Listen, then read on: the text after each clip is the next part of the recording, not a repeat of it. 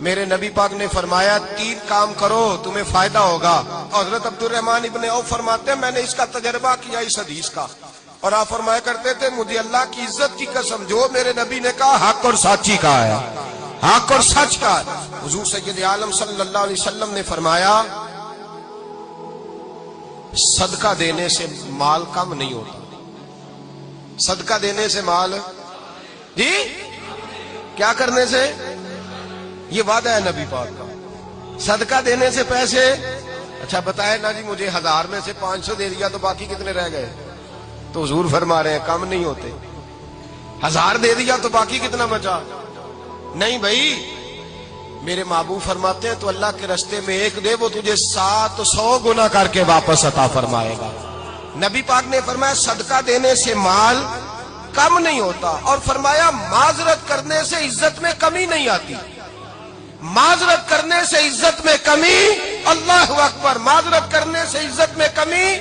اور حد کر دی میرے حبیب نے، فرمایا تو رب کی رضا کے لیے عاجزی کر، تیرے نبی کا وعدہ ہے اللہ تجھے عزت عطا فرما دے گا، تو جھک جا اللہ کی رضا، عاجزی اختیار کر، سادگی اختیار کر، سادگی عاجزی کر، تجھے اللہ 2 باتیں اس میں ارشاد، ایک معذرت کر غلطی ہو جائے، اور دوسرا پہلے عاجزی کی بات سنیں۔ حضرت عمر بن عبدالعزیز بادشاہ تھے، سوئے ہوئے تھے، غلام بھی پاس آرام کر رہا تھا، مہمان بھی آئے تھے، غلام کی ڈیوٹی تھی ہر وقت حضرت کے پاس رہنا، اب سوئے ہوئے دیر ہو گئی، غلام بیچارہ تھوڑا تھوڑا اونگ آتے آتے سو گیا، حضرت چراغ روشن تھا کچھ لکھ رہے تھے، مہمان بیٹھا تھا، خادم سو گیا، اب چراغ نہ آہستہ آہستہ گل ہو گیا، بجھ گیا، حضرت اٹھے،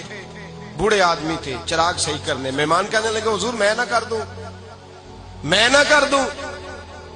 کہنے لگے نہیں تم مہمان ہو، مہمان سے خدمت نہیں لی جاتی، تو اس نے کہا غلام کو جگائیے، فرمانے لگے ابھی تو بیچارہ سویا ہے اور نیند سے بیدار کر دوں، خود گئے، اس میں تیل دوبارہ ڈالا، بتی ٹھیک کی، جلائی، واپس آ گئے، وہ مہمان اب بادشاہ کا مہمان بھی تو کوئی بادشاہ ہی ہوگا نا، کہنے لگا حضور آپ اپنے کام خود کرتے ہیں، کیا لفظ ہے، کیا حسن ہے، اور 2 جملوں میں کیا تاثیر ہے، آپ فرمانے لگے ہاں میں اپنے کام خود کرتا ہوں، جب میں گیا تھا تب بھی عمر بن عبدالعزیز ہی تھا، اور جب چراغ صحیح کر کے واپس آیا ہوں تو پھر بھی عمر بن عبدالعزیز ہی ہوں، میرے اندر کوئی تبدیلی آئی، میں وہی ہوں جو گیا تھا۔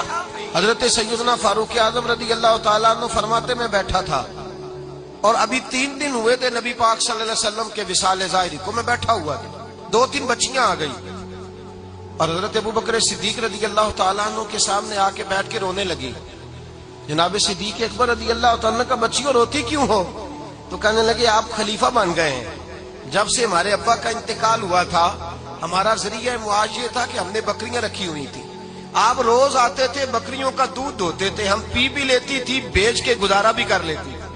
اب آپ تو خلیفہ بن گئے، کون آیا کرے گا؟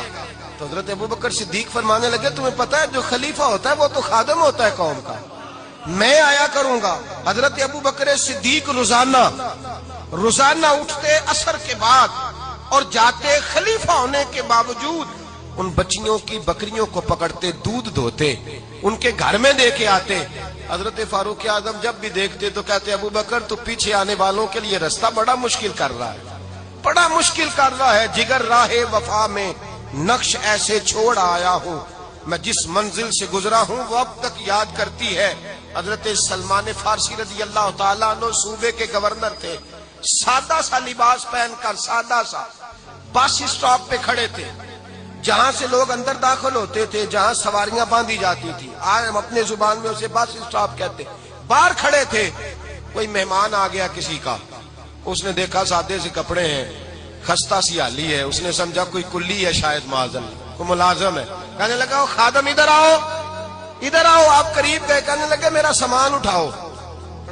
امام غزالی فرماتے ہیں جب تو علم پڑھنے بیٹھتا ہے تو یہ بھی خیال کرنا تیرے اندر تکبر کا بوٹا نہ لگ جائے، عاجزی اختیار کرنا، عاجزی، سر پہ رکھا ہوا ہے سامان، حضرت سلمان فارسی نے گورنر صاحب نے اس آدمی کا، مہمان کا سر پہ سامان رکھا اور جا رہے، سنو اور غور کرو، جب جا رہے تھے جو آدمی بھی ملتا گورنر صاحب ہمیں دے دے، مہمان پریشان ہو گئے، کہنے لگے حضور آپ گورنر ہیں، فرمانے لگے نہیں، یہ تو میرا دنیاداری کا نام ہے جو ان لوگوں نے رکھا ہوا ہے، اصل میرا نام وہی ہے جو تو نے لے کے پکارا ہے، اصل نام وہی ہے۔ تو نے کہا غلام ادھر آ، آپ فرمانے لگے پہلے میں ایک یہودی کا غلام تھا، پھر رب تعالیٰ نے فضل کیا تو میں محمد عربی کا غلام ہو گیا،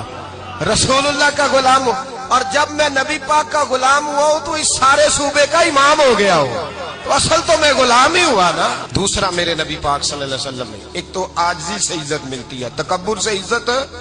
وہ جو بندہ جھجکتا ہے نا تیرے نیڑے جانے سے، تو کہتا ہے میری بڑی عزت کرتا ہے، وہ عزت نہیں کرتا۔ شیر کی عزت ہوتی ہے کہ خوف ہوتا ہے؟ بولے نا، تو نہیں نا ڈر لگتا ہوتی کو۔ شیر کا کیا ہوتا ہے؟ خوف، اس کی عزت نہیں ہوتی۔ تو درندہ ہے، درندوں کی بھی کبھی عزت ہوتی ہے؟ تو جو آدمی ڈنڈے کے زور پر لٹکا کے ڈنڈا اور وہ لوگوں سے عزت کرا رہا، تو بھائی یہ تیری عزت نہیں ہے، تیرا خوف ہے۔ عزت عاجزی میں ہے، انکساری میں ہے۔ اور دوسرا میرے نبی پاک صلی اللہ علیہ وسلم نے فرمایا عزت معاف کرنے میں ہے۔ عزت کس چیز میں ہے؟ بدلہ لینے میں عزت، یہ حقائق ہے۔ عزت بدلہ لینے، جس نے ایک تھپڑ کے جواب میں دو مارے وہ باعزت نہیں، بلکہ مسند امام احمد بن حنبل پڑھی، حضرت موسیٰ علیہ السلام کوہ طور پہ کھڑے، میرے رسول پاک علیہ السلام فرماتے ہیں جناب موسیٰ علیہ السلام نے اللہ کی بارگاہ میں عرض کیا، اے اللہ ساری دنیا کہتی ہے ہم عزت والے ہیں، ہم عزت والے، من اعز عبادک یا اللہ، اے اللہ تو بتا تیرے بندوں میں عزت والا کون ہے؟ تو حضرت موسیٰ کہتے ہیں رب کریم نے فرمایا اذا قادر غفارا، جس کے پاس بدلہ لینے کی طاقت ہو پھر بھی معاف کر دے وہ بڑی عزت والا ہوا کرتا ہے۔ جو اینٹ کے جواب میں پتھر مار سکتا ہو، جو گولی کے جواب کے اندر 15 گولیاں مار سکتا ہو، لیکن معاف کر دے وہ بڑی عزت والا ہے۔ عزت والا ہے جو معاف کرے۔ حضرت فخر جہاں دہلوی بہت بڑے درویش تھے، سلسلہ عالیہ چشتیہ کا بہت بڑا نام، اور اس صوفی کے آپ حالات پڑھیں تو رب کریم نے بڑا ہی نوازا ہوا تھا۔ دلی کی جامع مسجد کے خطیب، اور ان کی کرامت یہ تھی کہ جو آدمی آ کے سامنے کھڑا ہوتا تھا نا اسے بتانا نہیں پڑتا تھا کہ میرے دل میں کیا ہے، بتانا نہیں پڑتا تھا۔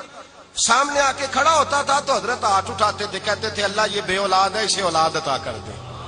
دوسرا آ کے کھڑا ہوا، خوشی نہیں ہو رہی آپ کو؟ دوسرا آدمی کھڑا ہوا، دوسرا آدمی، اس نے آ کے کہا دعا کے لیے سامنے کھڑا ہوا، تو حضرت کہنے لگے اے اللہ بیمار ہے، وہ کہتا میرے دل میں بات تھی مجھے